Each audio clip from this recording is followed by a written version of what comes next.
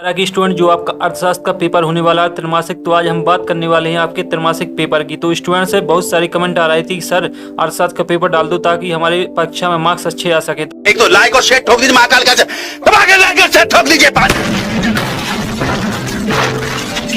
पूरा साल मेहनत करता हूँ आपके लिए बेटा, ऐसा नहीं चलेगा, ऐसा नहीं चलेगा। तो मैंने सोचा कि चलो आपकी हेल्प कर देते हैं और अर्थशास्त्र का पेपर डाल देते हैं। तो स्टूडेंट जल्दी से चैनल को कर लीजिए सब्सक्राइब एंड वीडियो कर दीजिए लाइक। तो स्टूडेंट्स आप देख सकते हैं हम सेट ए की बात कर रहे हैं और जो स्टूडेंट सेट बी का एग्जाम दे रहे हैं, तो मैंने अपने चैनल पर सेट बी भी अपलोड कर दिया, तो चैनल पर जाकर देख लीजिए, टेंशन की कोई जरूरत नहीं है। और साथ ही आप देख सकते हैं कक्षा 11वीं त्रैमासिक परीक्षा 2022-23। तो स्टूडेंट जो आपका ये पेपर है आपके जो अर्थशास्त्र का एग्जाम होने वाला है उसके लिए काफी मोस्ट इंपॉर्टेंट होने वाला है। तो स्टूडेंट जल्दी से वीडियो पर लाइक कर दीजिए, लाइक करने से कुछ नहीं जाता है। और साथ ही स्टूडेंट जो आपका पूर्णांक है वो 80 नंबर का है और जो आपके इस पेपर में कुल प्रश्न है वो आपके 23 आने वाले हैं। तो स्टूडेंट जल्दी हो जाए तैयार इस पेपर को देखने के लिए। और जो निर्देश हैं वो आपके हैं कि आपको सही प्रश्न करना अनिवार्य है, क्योंकि स्टूडेंट्स यदि आप प्रश्न छोड़ देते हैं पेपर में तो आपके नंबर ज्यादा आने की कोई संभावना नहीं रहती। तो स्टूडेंट पूरे क्वेश्चन को आपको अटेम्प्ट करना है, क्वेश्चन के आंसर बने या ना बने आपको सभी क्वेश्चन के आंसर दे देना है। जो कुछ भी मैंने वो लिख दो, क्योंकि जो आपकी कॉपी चेक होती है उसमें आपकी जो आपने राइटिंग की है उसमें आपके नंबर दिए जाते हैं। तो स्टूडेंट देरी न करते हुए चलो वीडियो को शुरू कर लेते हैं।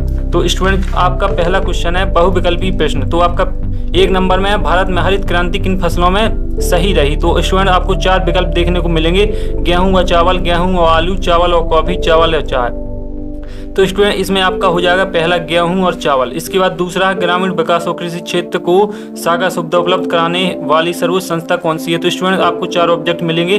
तो आपका जो पहला ऑब्जेक्ट रहेगा वो राइट आंसर रहेगा NABARD। तो स्टूडेंट जल्दी से टिक करते जाइए क्योंकि आपके पास काफी ज्यादा समय शेष नहीं है। और स्टूडेंट मैंने आपको सही समय पर पेपर शेयर कर दिया। एक जो पेपर है काफी मोस्ट इंपॉर्टेंट है। और साथ ही यदि आप अर्थशास्त्र के पेपर में अच्छे मार्क्स लाना चाहते हैं तो अपने जो नोट्स बुक की कॉपी उसका भी रिवीजन कर लें और इस पेपर को भी पढ़ लें। तो स्टूडेंट तीसरा क्वेश्चन देख लें, राष्ट्रीय ग्रामीण संस्था कहाँ स्थित है। तो आपका हो जाएगा हैदराबाद। इसके बाद है आपका चौथा, राष्ट्रीय बागवानी मिशन की शुरुआत कब हुई थी। तो इसमें हो जाएगा आपका जो राइट आंसर है वो है आपका 2000 से 2006। इसके बाद है आपका इनमें से कौन सा कृषि विपणन से संबंधित नहीं। तो इसमें हो जाएगा आपका रासायनिक उर्वरकों का प्रयोग। तो स्टूडेंट जल्दी से इसका सॉल्यूशन पर टिक करते जाइए क्योंकि आपके पास ज्यादा शेष समय नहीं है। इसके बाद छठवां, अर्थशास्त्र चुनाव करने का विज्ञान है, इस परिभाषा के प्रतिपादक हैं। तो स्टूडेंट्स आपका हो जाएगा रोबिन। और स्टूडेंट एक बात और मैं आपको बता देता हूँ कि जो आपका सेट ए है और सेट बी, तो इसमें क्वेश्चन में कोई डिफरेंस नहीं है, केवल सेम पेपर आ रहे हैं, कुछ विकल्प आपके डिफरेंस हो सकते हैं। इसके बाद जो आपका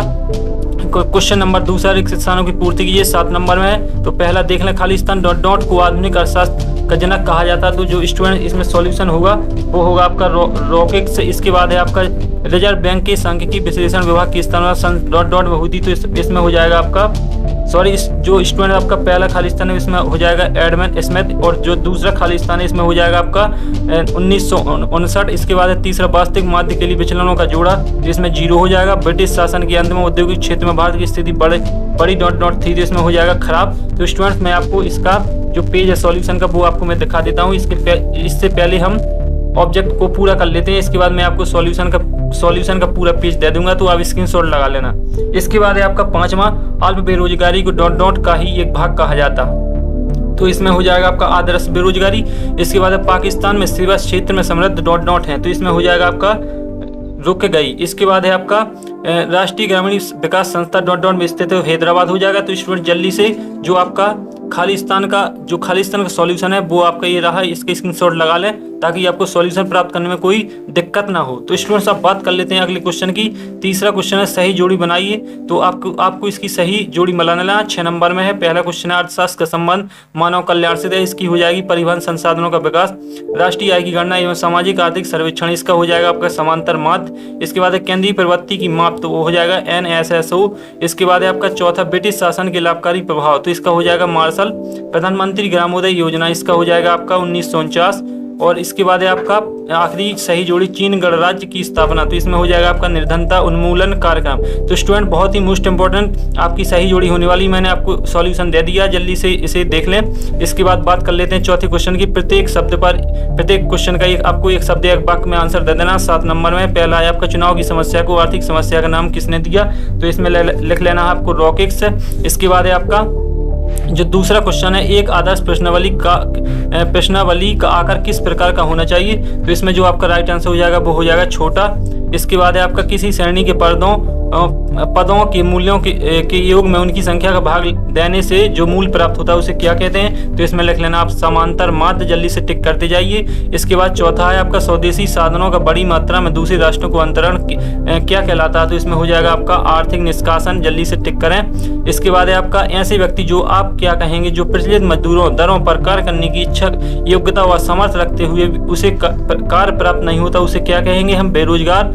इसके बाद है आपका छठवां, विश्व की सबसे बड़ी लोकतांत्रिक अर्थव्यवस्था का नाम बताइए? तो हो जाएगा आपका भारत। इसके बाद है आपका सातवां, लघु उद्योग का क्या अर्थ है? तो इसमें हो जाएगा आपका लघु उद्योग वे इकाइयां जो मध्य स्तर की विनियोग सहायता से उत्पादन प्रदान करती हैं, उन्हें हम क्या कहते हैं? छोटी इकाइयां कहते हैं, लघु उद्योग कह सकते हैं। इसके बाद आपकी सतासत 6 नंबर में है, प्लेटो श्रम विभाजन को मान्यता देता है, ये आपका सत्य हो जाएगा, जल्दी से टिक करते जाएं। इसके बाद निर्देशन विधि में उच्च स्तरीय शुद्धता नहीं पाई जाती, ये सत्य है। इसके बाद किसी भी वितरण में चर का वह मूल्य जिसकी आवृत्ति सबसे अधिक होती है बहुलक कहलाते हैं, तो आपका ये सत्य हो जाएगा। इसके बाद आपका चौथा, ब्रिटिश काल में कच्चे माल का आयात किया जा सकता है, तो इसमें हो जाएगा आपका असत्य, इसमें असत्य लिख लेना चौथे में। स्टूडेंट्स, मुझे आशा है कि आपको पेपर समझ में आ रहा होगा। इसके बाद है आपका पांचवा क्वेश्चन, भारत में गरीबी रेखा के नीचे रहने वाले जनसंख्या का आकलन केंद्रीय सांख्यिकी संगठन द्वारा किया जाता है, तो इसमें आपका हो जाएगा असत्य। इसके बाद है आपका सर्वाधिक जनसंख्या घनत्व वाला देश कौन सा? भारत है, तो इसमें आपका सत्य हो जाएगा। तो स्टूडेंट्स, आपको जो आपके सही विकल्प ऑब्जेक्ट टाइप क्वेश्चन है उसका सॉल्यूशन आपको समझ में आ गया होगा। आप देख लेते हैं हम क्वेश्चन। तो जो आपके क्वेश्चन है उसमें आपका जो पहला है 6 नंबर में, छठवां क्वेश्चन है आपका एडविन स्मिथ को अर्थशास्त्र का जनक क्यों कहा जाता है? 2 नंबर में। इसके बाद अथवा प्रो रोबिस की परिभाषा दीजिए। 7वां, द्वितीय अंकड़ों के क्या स्रोत है अथवा इसका प्रत्यक्ष व्यक्ति अनुसंधान से ज्ञास है, 2 नंबर में। 8वां देख लें, प्राथमिक सम्मक एवं द्वितीय सम्मक में क्या शिक्षा में अंतर है? इसके बाद अथवा देख लें, प्राथमिक सम्मक और के संग्रहण हेतु किन्हीं 2 स्रोतों के नाम लिखिए। 9वां है, केंद्रीय प्रवृत्ति की कोई 3 लाभ लिखिए अथवा समांतर माध्य के 2 गुण लिखिए।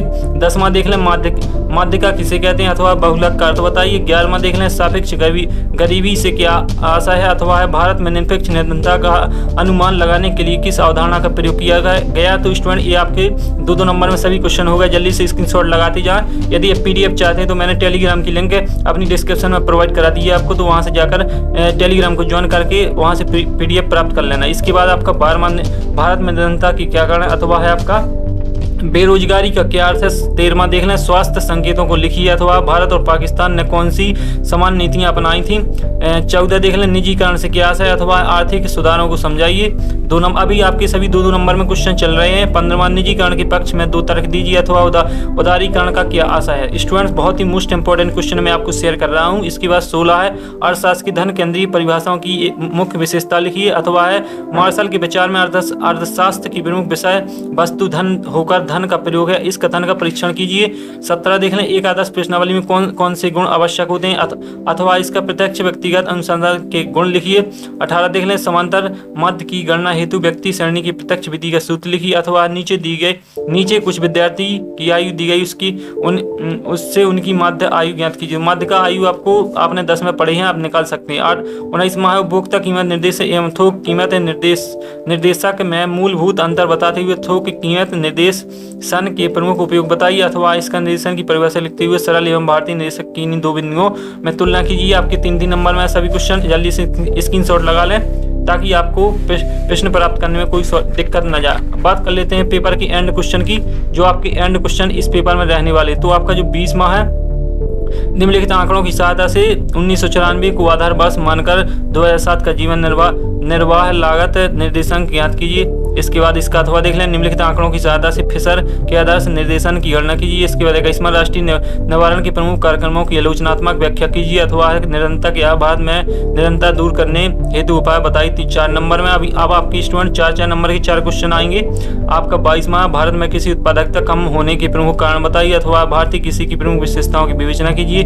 23वां देख लें, ये पेपर का एंड क्वेश्चन होने वाला है। चीन, पाकिस्तान और भारत के मुख्य जानकीय संकेतों का उल्लेख कीजिए अथवा कुछ विशेष मानव विकास संकेतों के संदर्भ में भारत, चीन, पाकिस्तान के विकास की तुलना कीजिए और उसका वैषम्य बताइए।